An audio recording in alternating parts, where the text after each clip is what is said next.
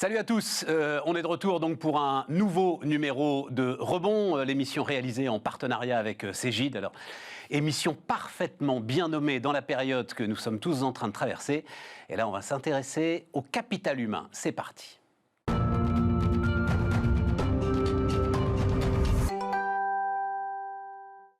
Donc, capital humain, l'autre nom des ressources humaines.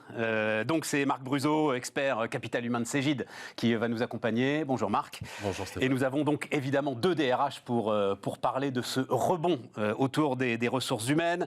Ingrid Gometon, donc, qui est la DRH de l'IRECO, et Caroline Nancy, qui est la DRH de Scalian. L'IRECO, doublement impliqué sur les enjeux de RH finalement, en ce qui vous concerne, parce que c'est à la fois votre métier au cœur de l'IRECO, mais c'est aussi le métier de l'IRECO finalement, le capital humain ou le bonheur au travail, les environnements de travail, l'ensemble de ces éléments. Oui, effectivement, au sein de l'IRECO, on accompagne nos clients sur toutes ces thématiques, adapter les environnements de travail, leur faciliter la vie des collaborateurs au quotidien.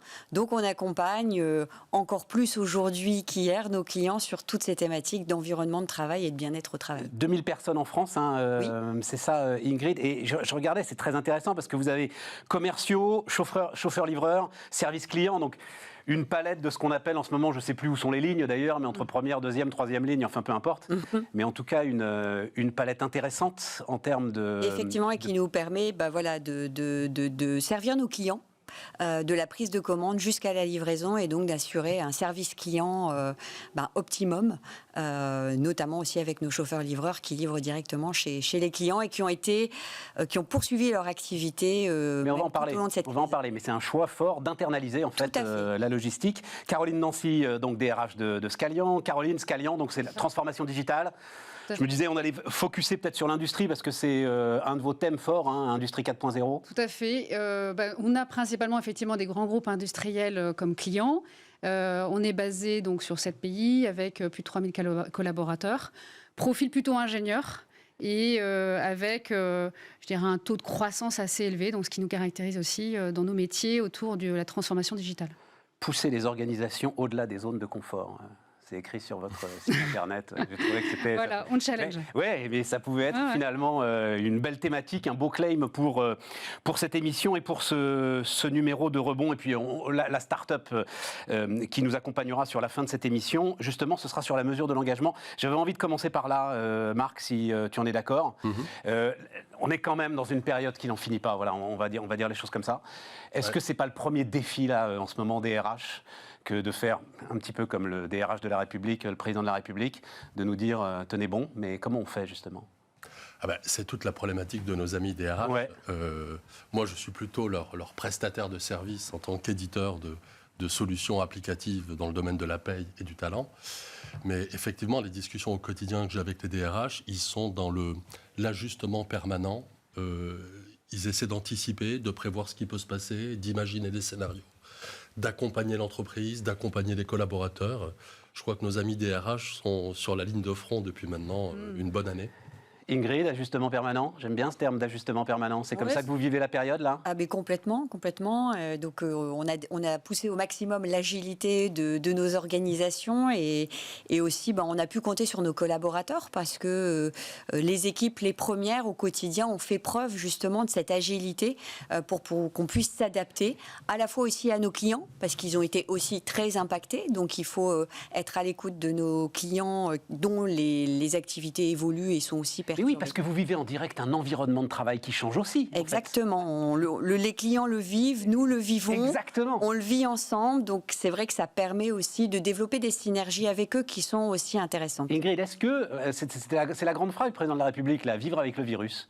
Est-ce que les entreprises, alors, et là, on avait choisi des entreprises de taille intermédiaire, évidemment, qui sont sans doute les plus significatives et les plus intéressantes à étudier. Est-ce qu'elles ont appris à vivre avec le virus au bout de cette année dingue ? Alors, oui, on s'est adapté. Toutes les entreprises ont dû de toute façon s'adapter. On a revu nos fonctionnements internes, nos organisations, nos méthodes de travail. Donc ça fait 1 an en fait. Alors on a toujours pensé que ça allait prochainement s'arrêter. Puis en fait finalement la situation perdure. Donc je crois que maintenant, il faut s'inscrire dans la durée. De choc, c'est-à-dire on a des annonces qui se succèdent, mais j'ai l'impression que les entreprises ne le vivent plus comme des chocs finalement maintenant. Alors, on ne le vit plus comme un choc. Je pense que le premier choc, ça a été le premier confinement, où on était dans une phase de découverte et tout s'est arrêté brutalement. Et depuis, on s'est adapté. Des nouvelles organisations ont été mises en place dans les entreprises et nous, au sein d'Ireco, on l'a vu parce qu'on a accompagné notamment la reprise des collaborateurs après le premier confinement. On a accompagné nos clients pour permettre la reprise progressive, on va dire, des collaborateurs sur leur environnement de travail. Mais malgré tout, le télétravail perdure et on voit quand même qu'il y a des nouveaux fonctionnements qui voient le jour. Donc il n'y a plus de choc. Même s'il y a eu une annonce hier, il n'y a plus de choc et on s'adapte et on réenclenche. On est préparé maintenant. Je pense qu'on peut le dire. Caroline, on vous est préparé. Pas l'air convaincue justement quand je disais. Nous, on a vécu un choc quand même du fait du premier confinement, notamment sur les aspects. Je dirais aussi en fait redéploiement des compétences parce qu'il y a eu quand même quelques chocs économiques. Et donc, oui, il y a eu un choc. Sur les secteurs industriels sur lesquels vous intervenez, l'aéronautique, j'imagine. Donc, nous, on a eu un vrai sujet de redéploiement, effectivement, et de redéploiement des compétences pour pouvoir adresser de nouveaux marchés. Donc, c'est effectivement une phase quand même au-delà du sanitaire qu'il a fallu gérer. Et je pense que je ne suis pas, nous ne sommes pas la seule société. Impact sur l'aéronautique notamment, j'imagine. Dans ce contexte. Et donc, une vraie agilité, mais aussi au sens, pas uniquement organisation du travail, mais aussi redéploiement des compétences pour pouvoir les projeter sur de nouveaux marchés. Donc, les transformer et faire un travail de pivotage de l'aéronautique vers du spatial, vers l'énergie, vers d'autres secteurs d'activité. Donc, on a eu un gros travail aussi sur les aspects de formation pour pouvoir effectivement les projeter sur de nouveaux secteurs qui emploient et qui, surtout, ont de nouveaux projets de digitalisation. Donc, il y a eu cette période-là. Et là, ce que je constate aussi, on en parlait tout à l'heure, c'est le sujet de ça dure. Et en fait, ça dure. Et là, c'est pas un choc, mais c'est plutôt très lancinant. Mais c'est le sujet de la fatigue. C'est le sujet de gérer, effectivement, d'accompagner nos salariés. Vous le sentez là, même avec votre population d'ingénieurs Oui, parce qu'ils sont dans la même situation que les autres, c'est-à-dire être face. Alors, ils sont souvent très, très, très en télétravail, du fait qu'ils ont des activités qui sont, eux, télétravaillables. Et donc, il y a une forme d'isolement, il y a une forme d'usure quand même personnelle, question de se projeter aussi par rapport à de nouvelles missions, à de nouveaux projets. Donc il y a quand même ce phénomène-là lancinant qui est en train de se mettre en place, je dirais plutôt on l'a eu plutôt à partir de septembre, un retour, une rentrée où j'y vais, mais j'y vais pas forcément avec l'envie que j'avais avant. Et c'est quoi le next step par rapport à mes projets et à l'entreprise. Donc nous on a fait un gros travail aussi de communication pour pouvoir rassurer, pour pouvoir essayer de les aider à se projeter aussi vers de nouveaux projets. Et donc un gros travail aussi commercial pour pouvoir aller décrocher des nouveaux contrats. Mais il y a eu quand même toute cette phase-là. Et je pense je pense que d'autres sociétés comme nous, dans d'autres secteurs, pas forcément de la prestation intellectuelle, ont vécu aussi cette séquence-là. Oui. Marc, alors j'imagine, on en dira un mot, que par exemple l'ensemble de ces efforts de formation, le digital est au cœur et vous donne les outils qui ont été indispensables à mettre ça en place, j'imagine. Complètement, ouais. Alors on a basculé effectivement notre offre de formation sur du digital, donc avec des partenariats avec des grands acteurs du libre service de formation, mais qui derrière avaient des catalogues de formation très tournés vers le digital, donc ça nous intéressait vers de la gestion de projet, vers tous les métiers de l'agilité, du Scrum, vers les métiers du développement. Et donc, pendant cette période-là, on a profité effectivement pour renforcer et développer les compétences de nos salariés, leur permettre de se préparer aussi pour de nouveaux secteurs. On a fait aussi des programmes grâce au FNE, notamment vers du spatial, vers de nouveaux métiers, l'assurance qualité logicielle. Donc, essayer effectivement de remettre en place, et notamment le digital nous a beaucoup aidé, les classes virtuelles, tous ces sujets-là, effectivement, à accélérer véritablement notre capacité à livrer la formation. Ouais. Marc, vous me demandez de réagir. Je crois que toutes les entreprises ont vécu une accélération du digital dans la fonction RH, recrutement, formation, mobilité, enfin, dans tous les domaines RH, il y a eu une accélération digitale. Pour certaines entreprises, je crois que c'est le cas de la vôtre, madame, ça a été plus une accélération de quelque chose qui était déjà bien entamé. Pour d'autres, ça a été une vraie révolution. Mais plus personne ne fait un contrat papier, envoyé, on signe.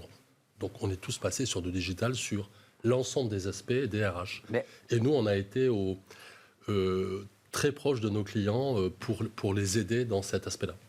Justement, on va aller voir tout de suite ce que disent les clients de Cegid.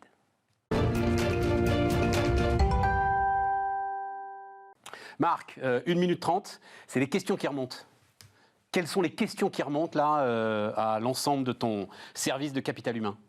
Alors, de la part de nos clients, trois questions souvent, c'est comment je peux aller encore plus loin et plus vite et plus simplement et plus plug and play, comme on dit en bon français, pour digitaliser tel aspect RH, tel process, tel outil. Donc, c'est une espèce de course à tout digitaliser. Okay. Et ça nous occupe beaucoup. Deuxième sujet, c'est parce qu'on est aussi un partenaire important de nos clients pour sécuriser l'aspect paye, réglementaire, légal. Et Dieu sait que Et donc et donc, c'est qu'est-ce qui va se passer? Est-on toujours dans une phase d'accélération de ces évolutions légales? Oui. Donc la réponse, c'est oui. Et il y a de nouvelles choses qui se préparent. Une information, je ne sais pas si tu l'as, Stéphane, c'est qu'en 2020, plus de 115 évolutions significatives majeures qui touchent le bulletin de paie en France. Un an avant, c'était 78, et un an avant, c'était 63. Donc, de plus en plus, ça s'accélère. La DSN, l'égalité femmes-hommes, plein de sujets sur la table. Et donc, les DRH attendent de nous qu'on anticipe, qu'on les informe, qu'on apporte les bons outils au bon moment pour qu'ils fassent ça simplement. Troisième point, Marc, il y a un troisième point? Le troisième point, rapide. Oui, le troisième point rapide, c'est nos clients DRH, donc là où le DRH, il se rend compte aussi que quand il est plus au bureau, en dehors de son environnement de travail, face à son PC, soit il a les données, soit il les a pas. Et finalement, souvent, ils n'ont pas un accès direct, immédiat, simple et donné pour piloter. Et ce dont ils ont besoin aujourd'hui, c'est de piloter. On a combien de gens là? Combien peuvent faire ci? Combien? Et les données, on les a ou on les a pas. Alors, nos clients se rendent compte que dans nos systèmes d'information, il y a plein de données. Donc, on a aujourd'hui une demande de beaucoup de nos clients sur comment j'utilise mieux le système d'information et les données que j'ai dans mon système. Eh ben on va débattre de tout. Qu'est-ce que ça vous inspire? Est-ce que ce sont d'abord vos préoccupations à vous aussi, Ingrid? Oui, complètement. Alors déjà sur la première partie, c'est-à-dire offrir aux collaborateurs, donner aux collaborateurs des outils qui vont leur faciliter la gestion au quotidien. Donc c'est vrai qu'indépendamment de la crise sanitaire, l'IRECO avait fait le choix de mettre en place un SIRH dès 2019 qui s'appelle Workday et on en a mesuré tous les bénéfices pendant cette crise sanitaire, puisque c'est un système d'information RH qui permet à la fois d'avoir de la data, mais surtout de digitaliser beaucoup de process RH et de simplifier la vie aussi des salariés. On peut plus faire sans, parce que plus que jamais, on a besoin effectivement aussi d'avoir la visibilité sur nos organisations, sur nos équipes, sur nos indicateurs un peu sociaux, humains, pour anticiper des évolutions. Mais justement, je m'intéresse plus, alors je vous bouscule un peu parce que le temps tourne très vite, l'impact RH sur le business. C'est-à-dire ça va être une question peut-être dans le rebond justement et quand tout cela va repartir, et je le répète encore, je le dis très régulièrement, mais il faut vraiment que chacun comprenne que ça va repartir très très vite, très très fort, et qu'on va perdre des parts de marché à une vitesse folle si jamais on n'est pas prêt. Est-ce que là-dessus, vous avez des éléments de réflexion, Caroline? Alors nous, l'impact RH sur le business, c'est surtout, par exemple, ce qu'on appelle les ramp-up, c'est-à-dire quand on doit effectivement pouvoir adresser certains projets de nos clients, et donc ça passe par le recrutement.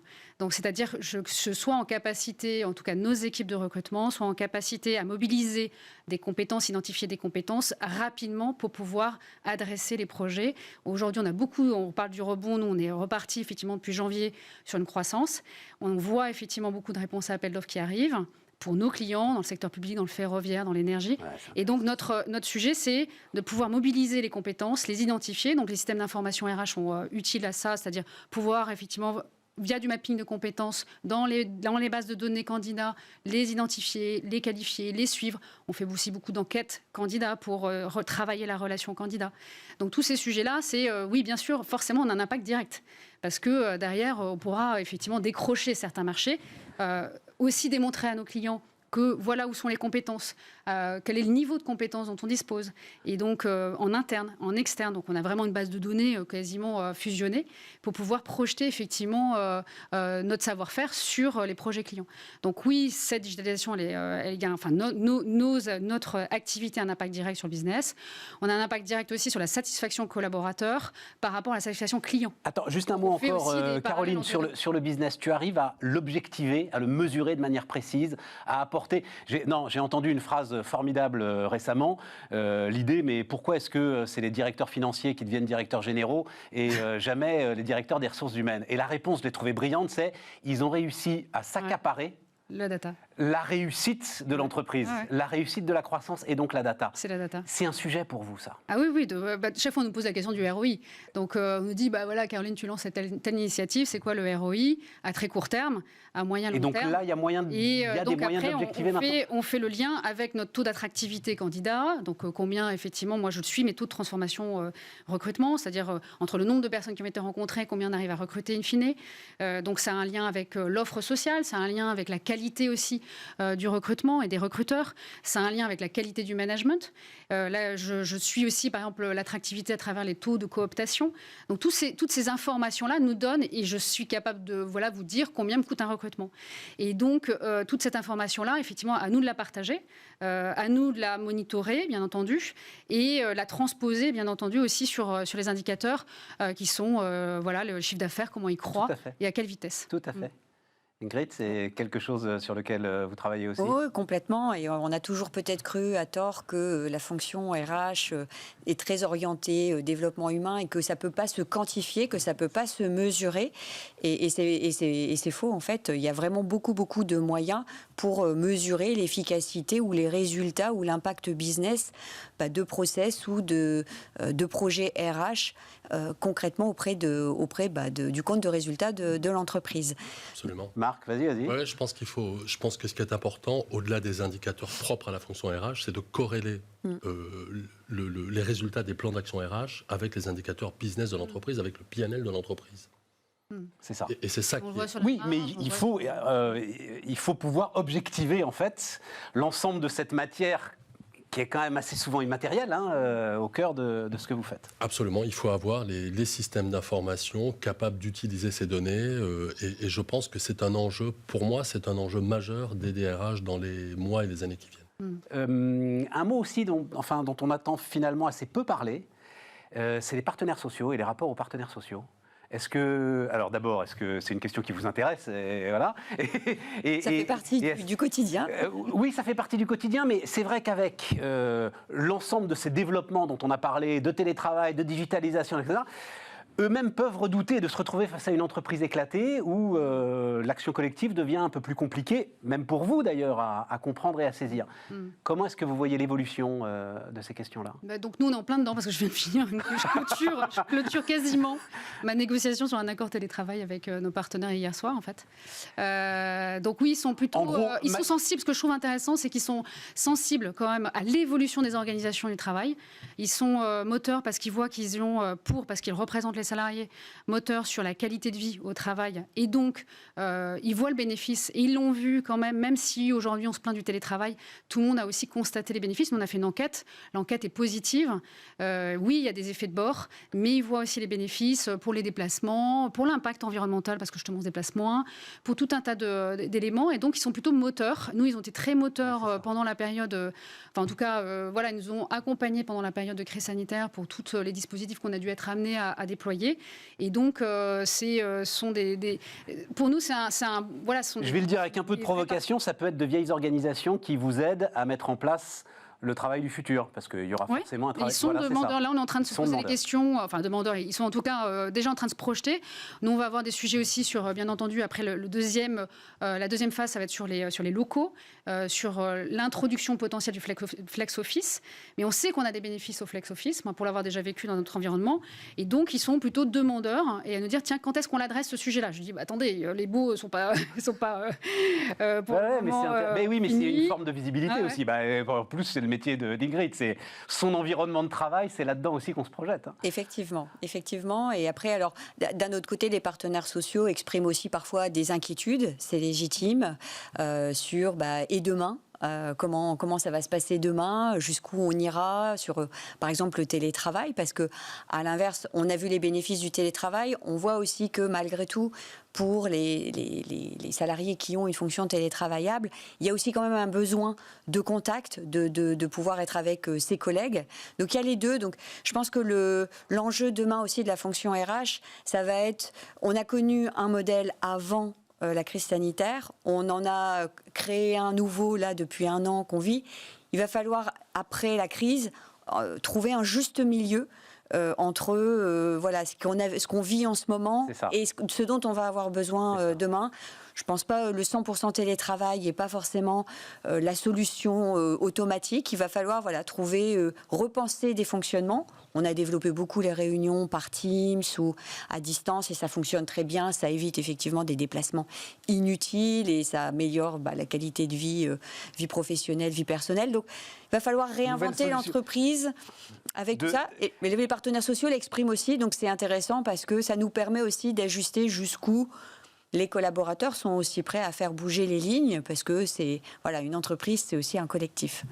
Marc, un mot on arrive au bout, le temps tourne très très vite.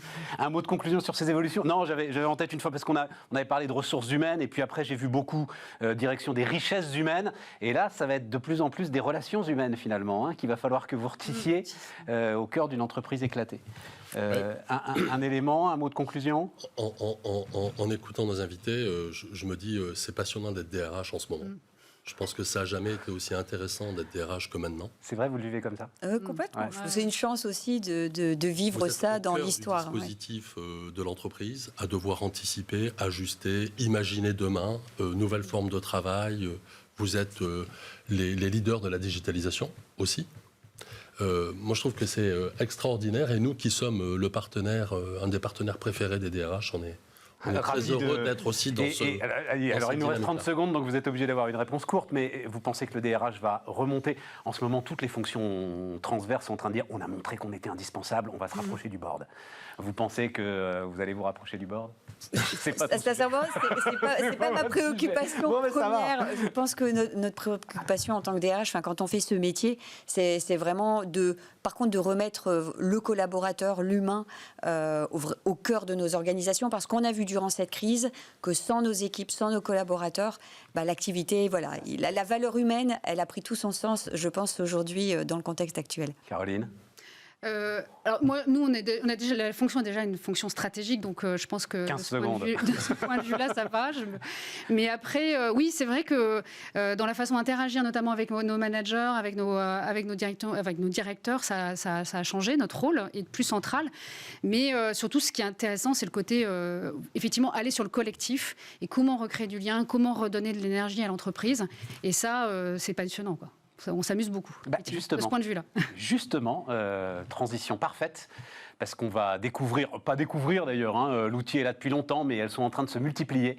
Ces startups qui vous aident à mesurer l'engagement des collaborateurs. C'est la dernière partie de cette session de rebond.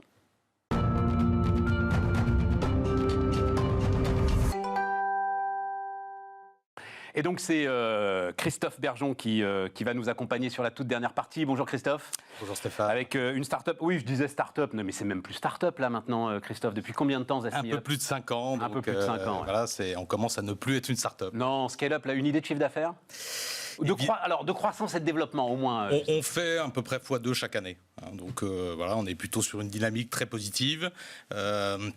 Maintenant, on ne communique pas sur ces chiffres. Ouais, non, mais toujours un peu sensible par rapport aux concurrents. Voilà, c'est des éléments concurrentiels. Il y a une accélération. Donc, alors, racontons d'abord ce que fait ZestMeUp, c'est-à-dire mesure de l'engagement des collaborateurs. Complètement. Alors, c'est la mesure de l'engagement et la performance des équipes, parce que les deux sont liés. Quand on parle d'engagement, souvent, on tire ça un peu trop vers le bien-être en entreprise, ce qui est un point important, mais qui est qu'une des nombreuses mesures de l'engagement. L'engagement, c'est aussi le sens de mon travail. Est-ce que je suis bien managé? Est-ce que je suis dans un environnement? Est-ce que je comprends la stratégie de l'entreprise? Voilà, tous ces sujets-là sont des sujets au moins aussi importants que le bien-être, que la qualité du travail. Ping-pong, quoi, en gros. Donc, c'est pour ça qu'on parle de performance d'équipe, parce que nous, on est la seule Zest, on est la seule suite aujourd'hui aux nouvelles générations du marché pour la performance des entreprises. Pourquoi? Parce qu'à la fois, on va mesurer l'engagement, donc donner des informations aux managers, aux dirigeants, pour savoir si les gens ont compris leur stratégie, si les gens ont la patate et sont engagés, sont alignés avec leur stratégie, et en même temps leur donner des outils pour mieux performer dans l'entreprise. Voilà, c'est ça. Quel type d'outils C'est pas juste un constat, quoi. Derrière, vous pouvez aider à améliorer les choses. Ouais. Après l'engagement, plan d'action. Après le plan d'action, des outils concrets pour le manager, c'est faire de la conversation continue. Donc, plutôt que faire, par exemple, l'entretien annuel. Donc, nous, on disrupte aussi l'entretien annuel avec de la conversation mensuelle, par exemple. Marc ? C'est intéressant. Je pense que c'est l'un des process qui va le plus changer ces prochaines années. On va passer de l'enquête annuelle de satisfaction / engagement des collaborateurs à quelque chose qui va être beaucoup plus dans l'expérience collaborateur, l'expérience du collectif, au quotidien, des micro-mesures. Tu as utilisé le mot de dialogue continu. Voilà. Conversation continue. C'est exactement ce que demandait, ce sur quoi réfléchissaient nos deux invités tout à l'heure. Absolument.